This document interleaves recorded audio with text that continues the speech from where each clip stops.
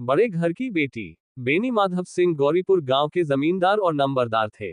उनके पितामह किसी समय बड़े धन धान्य संपन्न थे। गांव का पक्का तालाब और मंदिर, जिनकी अब मरम्मत भी मुश्किल थी, उन्हीं के कीर्ति स्तंभ थे। कहते हैं इस दरवाजे पर हाथी झूमता था। अब उसकी जगह एक बूढ़ी भैंस थी, जिसके शरीर में अस्थि पंजर के सिवा और कुछ शेष न रहा था। पर दूध शायद बहुत देती थी, क्योंकि एक न एक आदमी हांडी लिए उसके सिर पर सवार ही रहता था। बेनी माधव सिंह अपनी आधी से अधिक संपत्ति वकीलों को भेंट कर चुके थे। उनकी वर्तमान आय 1000 रुपये वार्षिक से अधिक न थी। ठाकुर साहब के 2 बेटे थे। बड़े का नाम श्रीकंठ सिंह था। उसने बहुत दिनों के परिश्रम और उद्योग के बाद B.A. की डिग्री प्राप्त की थी। अब एक दफ्तर में नौकर था। छोटा लड़का लाल बिहारी सिंह दोहरे बदन का सजीला जवान था। भरा हुआ मुखड़ा, चौड़ी छाती। भैंस का 2 सेर ताजा दूध वह उठकर सवेरे पी जाता था। श्रीकंठ सिंह की दशा बिल्कुल विपरीत थी। इन नेत्रप्रिय गुणों को उन्होंने इन्हीं 2 अक्षरों पर न्योछावर कर दिया था। इन 2 अक्षरों ने उनके शरीर को निर्बल और चेहरे को कांतिहीन बना दिया था। इसी से वैद्य ग्रंथों पर उनका विशेष प्रेम था। आयुर्वेदिक औषधियों पर उनका अधिक विश्वास था।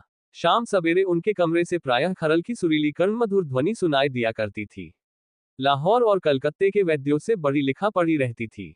श्रीकंठ इस अंग्रेजी डिग्री के अधिपति होने पर भी अंग्रेजी सामाजिक प्रथाओं के विशेष प्रेमी न थे, बल्कि वह बहुधा बड़े जोर से उसकी निंदा और तिरस्कार किया करते थे। इसी से गांव में उनका बड़ा सम्मान था। दशहरे के दिनों में वह बड़े उत्साह से रामलीला होते और स्वयं किसी न किसी पात्र का पाठ लेते थे। गौरीपुर में रामलीला के वही जन्मदाता थे। प्राचीन हिंदू सभ्यता का गुणगान उनकी धार्मिकता का प्रधान अंग था। सम्मिलित कुटुंब के तो वह एकमात्र उपासक थे। आजकल स्त्रियों को कुटुंब में मिलजुल कर रहने की जो अरुचि होती है, उसे वह जाति और देश दोनों के लिए हानिकारक समझते थे। यही कारण था कि गौ की ललनायन उनकी निंदक थी। कोई तो उन्हें अपना शत्रु समझने में भी संकोच न करती थी। स्वयं उनकी पत्नी को ही इस विषय में उनसे विरोध था। यह इसलिए नहीं कि उसे अपने सास ससुर, देवर या जेठ आदि घृणा थी, बल्कि उसका विचार था कि यदि बहुत कुछ सहने और तरह देने पर भी परिवार के साथ निर्वाह न हो सके, तो आए दिन की कलह से जीवन को नष्ट करने की अपेक्षा यही उत्तम है कि अपनी खिचड़ी अलग पकाई जाए। आनंदी एक बड़े उच्च कुल की लड़की थी। उसके बाप एक छोटी सी रियासत के ताल्लुकेदार थे। विशाल भवन, 1 हाथी, 3 कुत्ते, बाज, बहरी शिकरे, झाड़फानूस, ऑनरेरी मजिस्ट्रेट और ऋण, जो एक प्रतिष्ठित ताल्लुकेदार के भोग्य पदार्थ हैं, सभी यहाँ विद्यमान थे। नाम था भूप सिंह। बड़े उदार चित्त और प्रतिभाशाली पुरुष थे, पर दुर्भाग्य से लड़का एक भी न था। 7 लड़कियां हुई और दैवयोग से सबकी सब जीवित रहीं। पहली उमंग में तो उन्होंने 3 ब्याह दिल खोलकर किए, पर 15-20 हजार रुपयों का कर्ज सिर पर हो गया, तो औखें खुली, हाथ समेट लिया। आनंदी चौथी लड़की थी। वह अपनी सब बहनों से अधिक रूपवती और गुणवती थी। इससे ठाकुर भूप सिंह उससे बहुत प्यार करते थे। सुंदर संतान को कदाचित उसके माता पिता भी अधिक चाहते हैं। ठाकुर साहब बड़े धर्म संकट में थे कि इसका विवाह कहाँ करें। न तो यही चाहते थे कि ऋण का बोझ बढ़े, और न यही स्वीकार था कि उसे अपने को भाग्यहीन समझना पड़े। एक दिन श्रीकंठ उनके पास किसी चंदे का रुपया मांगने आए। शायद नागरी प्रचार का चंदा था। भूप सिंह उनके स्वभाव पर रीझ गए और धूमधाम से श्रीकंठ सिंह का आनंदी के साथ ब्याह हो गया। आनंदी अपने नए घर में आई तो यहाँ का रंग ढंग कुछ और ही देखा। जिस टीम टाम की उसे बचपन से ही आदत पड़ी हुई थी, वह यहाँ नाम मात्र को भी न थी। हाथी घोड़ों का तो कहना ही क्या, कोई सजी हुई सुंदर बहली तक न थी। रेशमी स्लीपर साथ लाई थी, पर यहाँ बाग कहाँ। मकान में खिड़कियां तक न थीं, न जमीन पर फर्श, न दीवार पर तस्वीरें। यह एक सीधा सादा देहाती गृहस्थी का मकान था, किंतु आनंदी ने थोड़े ही दिनों में अपने को इस नई अवस्था के ऐसा अनुकूल बना लिया, मानो उसने विलास के सामान कभी देखे ही न थे। एक दिन दोपहर के समय लाल बिहारी सिंह 2 चिड़िया लिए हुए आया और भावज से बोला, जल्दी से पका दो, मुझे भूख लगी है। आनंदी भोजन बनाकर उसकी राह देख रही थी। अब वह नया व्यंजन बनाने बैठी। हाड़ी में देखा तो घी पाव भर से अधिक न था। बड़े घर की बेटी, किफायत क्या जाने। उसने सब घी मांस में डाल दिया। लाल बिहारी खाने बैठा तो दाल में घी न था। बोला, दाल में घी क्यों नहीं छोड़ा। आनंदी ने कहा, घी सब मांस में पड़ गया। लाल बिहारी जोर से बोला, अभी परसों घी आया है, इतना जल्द उठ गया। आनंदी ने उत्तर दिया, आज तो कुल पाव भर रहा होगा, वो सब मैंने मांस में डाल दिया। जिस तरह सूखी लकड़ी जल्दी से जल उठती है, उसी तरह क्षुधा से बावला मनुष्य जरा जरा सी बात पर तिनक जाता है। लाल बिहारी को भावच की यह ढिठाई बहुत बुरी मालूम हुई। तिनकर बोला, मैके में तो चाहे घी की नदी बहती हो। स्त्री गालियां सह लेती हैं, मार भी सह लेती हैं, पर मैके की निंदा उनसे नहीं सही जाती। आनंदी मुंह फेर कर बोली, हाथी मरा भी तो 9 लाख का। वहां इतना घी नित्य नाय कहार खा जाते हैं। लाल बिहारी जल गया, थाली उठाकर पलट दी और बोला, जी चाहता है जीभ पकड़कर खींच लूं। आनंद को भी क्रोध आ गया, मुंह लाल हो गया। बोली, वह होते तो आज इसका मजा चखाते। अब अपन उज्जर ठाकुर से न रहा गया। उसकी स्त्री एक साधारण जमींदार की बेटी थी। जब जी चाहता उस पर हाथ साफ कर लिया करता था। खड़ाऊ उठाकर आनंदी की ओर जोर से फेंकी और बोला, जिसके गुमान पर भूली हुई हो उसे भी देखूंगा और तुम्हें भी। आनंदी ने हाथ से खड़ाऊ रोकी, सिर बच गया, पर अंगुली में बड़ी चोट आई। क्रोध के मारे हवा से हिलते पत्ते की भांति कांपती हुई अपने कमरे में आकर खड़ी हो गई। स्त्री का बल और साहस, मान और मर्यादा पति तक है। उसे अपने पति के ही बल और पुरुषत्व का घमंड होता है। आनंदी खून का घूंट पीकर रह गई। श्रीकांत सिंह शनिवार को घर आया करते थे। बृहस्पति को ये घटना हुई थी। 2 दिन तक आनंदी कोप भवन में रही। न कुछ खाया न पिया, उनकी बात देखती रही। अंत में शनिवार को वह नियमानुकूल संध्या समय घर आए और बाहर बैठकर कुछ इधर उधर की बातें, कुछ देश काल संबंधी समाचार तथा कुछ नए मुकदमों आदि की चर्चा करने लगे। ये वार्तालाप 10 बजे रात तक होता रहा। गांव के भद्र पुरुषों को इन बातों में ऐसा आनंद मिलता था कि खाने पीने की भी सुधि न रहती थी। श्रीकंठ को पिंड छुड़ाना मुश्किल हो जाता था। ये 2-3 घंटे आनंदी ने बड़े कष्ट से काटे। किसी तरह भोजन का समय आया। पंचायत उठी, एकांत हुआ, तो लाल बिहारी ने कहा, भैया आप जरा भाभी को समझा दीजिएगा कि मुंह संभाल कर बातचीत किया करें, नहीं तो एक दिन अनर्थ हो जाएगा। बेनी माधव सिंह ने बेटे की ओर साक्षी दी, हाँ बहू बेटियों का ये स्वभाव अच्छा नहीं कि मर्दों के मुंह लगे। लाल बिहारी, वह बड़े घर की बेटी है तो हम भी कोई कुर्मी कहार नहीं है। श्रीकंठ ने चिंतित स्वर से पूछा, आखिर बात क्या हुई? लाल बिहारी ने कहा, कुछ भी नहीं, यूं ही आप उलझ पड़ी। मैके के सामने हम लोगों को कुछ समझती ही नहीं। श्रीकंठ खा पीकर आनंदी के पास गए। वह भरी बैठी थी। ये हजरत भी कुछ तीखे थे। आनंदी ने पूछा, चित्त तो प्रसन्न है? श्रीकंठ बोले, बहुत प्रसन्न है, पर तुमने आजकल घर में यह क्या उपद्रव मचा रखा है? आनंदी की त्योरियों पर बल पड़ गए। झुंझलाहट के मारे बदन में ज्वाला सी दहक उठी। बोली, जिसने तुमसे यह आग लगाई है उसे पाँव मुंह झुलस दूं। श्रीकंठ, इतनी गर्म क्यों होती हो, बात तो कहो। आनंदी, क्या कहूं, यह मेरे भाग्य का फेर है। नहीं तो गंवार छोकरा, जिसको चपरासगिरी करने का भी शौर नहीं, मुझे खड़ाऊ से मारकर यूं न करता। श्रीकंठ, सब हाल साफ साफ कहा तो मालूम हो। मुझे तो कुछ पता नहीं। आनंदी, परसों तुम्हारे लाडले भाई ने मुझसे मांस पकाने को कहा। घी हांडी में पाव भर से अधिक न था। वो सब मैंने मांस में डाल दिया। जब खाने बैठा तो कहने लगा, दाल में घी क्यों नहीं है? बस इसी पर मेरे मैके को बुरा भला कहने लगा, मुझसे न रहा गया। मैंने कहा कि वहां इतना घी तो नाय कहार खा जाते हैं, और किसी को जान भी नहीं पड़ता। बस इतनी सी बात पर इस अन्याय ने मुझ पर खड़ाऊ फेंक मारी। यदि हाथ से न रोक लूं तो सिर फट जाए। उसी से पूछो, मैंने जो कुछ कहा है वह सच है या झूठ?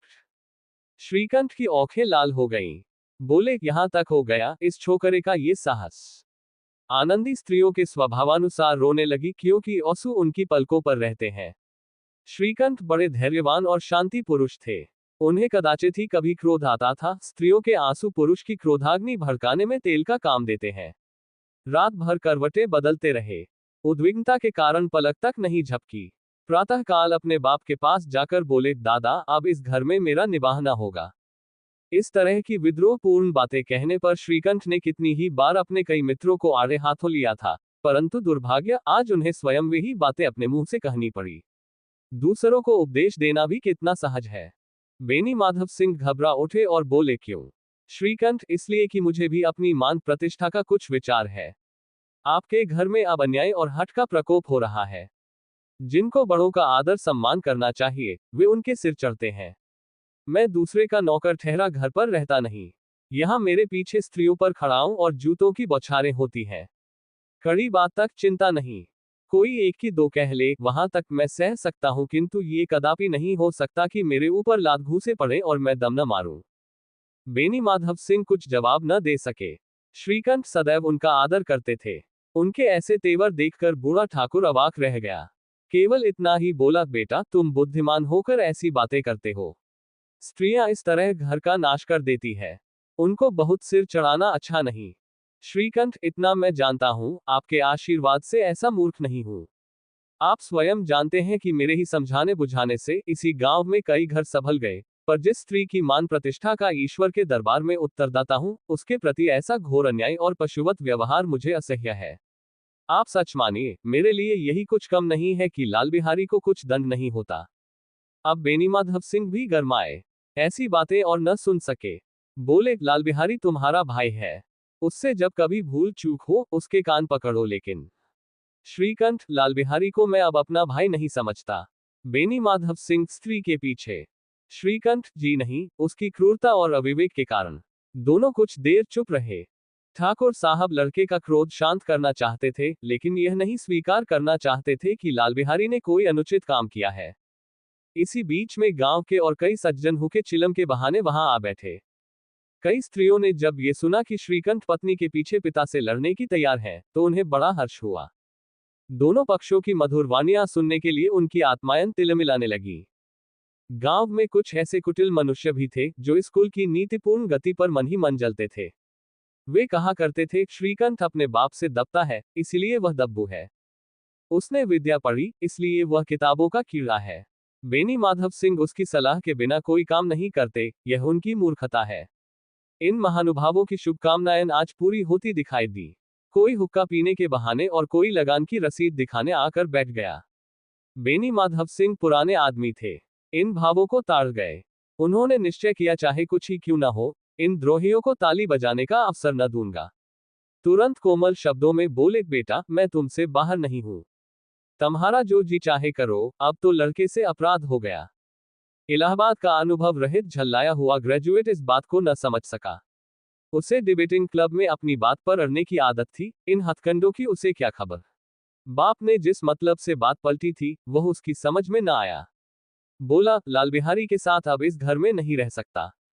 बेनीमाधव, बेटा, बुद्धिमान लोग मूर्खों की बात पर ध्यान नहीं देते। वह बेसमझ लड़का है, उससे जो कुछ भूल हुई, उसे तुम बड़े होकर क्षमा करो। श्रीकंठ, उसकी इस दुष्टता को मैं कदापि नहीं सह सकता। या तो वही घर में रहेगा, या मैं ही। आपको यदि वह अधिक प्यारा है, तो मुझे विदा कीजिए, मैं अपना भार आप संभाल लूंगा। यदि मुझे रखना चाहते हैं तो उससे कहिए, जहां चाहे चला जाए। बस यह मेरा अंतिम निश्चय है। लाल बिहारी सिंह दरवाजे की चौखट पर चुपचाप खड़ा बड़े भाई की बातें सुन रहा था। वह उनका बहुत आदर करता था। उसे कभी इतना साहस न हुआ था कि श्रीकंठ के सामने चारपाई पर बैठ जाए, हुक्का पी ले या पान खा ले। बाप का भी वह इतना मान न करता था। श्रीकंठ का भी उस पर हार्दिक स्नेह था। अपने होश में उन्होंने कभी उसे घुड़का तक न था। जब वह इलाहाबाद से आते, तो उसके लिए कोई न कोई वस्तु अवश्य लाते। मुगदर की जोड़ी उन्होंने ही बनवा दी थी। पिछले साल जब उसने अपने से ड्योढ़े जवान को नागपंचमी के दिन दंगल में पछाड़ दिया, तो उन्होंने पुलकित होकर अखाड़े में ही जाकर उसे गले लगा लिया था, 5 रुपये के पैसे लुटाए थे। ऐसे भाई के मुंह से आज ऐसी हृदय विदारक बात सुनकर लाल बिहारी को बड़ी ग्लानि हुई। वह फूट फूट कर रोने लगा। इसमें संदेह नहीं कि अपने किए पर पछता रहा था। भाई के आने से एक दिन पहले से उसकी छाती धड़कती थी कि देखो भैया क्या कहते हैं। मैं उनके सम्मुख कैसे जाऊंगा, उनसे कैसे बोलूंगा, मेरी आंखें उनके सामने कैसे उठेगी। उसने समझा था कि भैया मुझे बुलाकर समझा देंगे। इस आशा के विपरीत आज उसने उन्हें निर्दयता की मूर्ति बने हुए पाया। वह मूर्ख था, परंतु उसका मन कहता था कि भैया मेरे साथ अन्याय कर रहे हैं। यदि श्रीकंठ उसे अकेले में बुलाकर 2-4 बातें कह देते, इतना ही नहीं 2-4 तमाचे भी लगा देते, तो कदाचित उसे इतना दुख न होता। पर भाई का ये कहना कि अब मैं इसकी सूरत नहीं देखना चाहता, लाल बिहारी से सहा न गया। वह रोता हुआ घर आया। कोठारी में जाकर कपड़े पहने, आंखें पोंछी, जिसमें कोई यह न समझे कि रोता था। तब आनंदी के द्वार पर आकर बोला, भाभी, भैया ने निश्चय किया है कि वह मेरे साथ इस घर में न रहेंगे। अब वह मेरा मुंह नहीं देखना चाहते, इसलिए अब मैं जाता हूं। उन्हें फिर मुंह न दिखाऊंगा। मुझसे जो कुछ अपराध हुआ, उसे क्षमा करना। ये कहते कहते लाल बिहारी का गला भर आया। जिस समय लाल बिहारी सिंह सिर झुकाए आनंदी के द्वार पर खड़ा था, उसी समय श्रीकंठ सिंह भी आंखें लाल किए बाहर से आए। भाई को खड़ा देखा तो घृणा से आंखें फेर ली और कतरा कर निकल गए। मानो उसकी परछाई से दूर भागते हो। आनंदी ने लाल बिहारी की शिकायत तो की थी, लेकिन अब मन में पछता रही थी। वह स्वभाव से ही दयावती थी।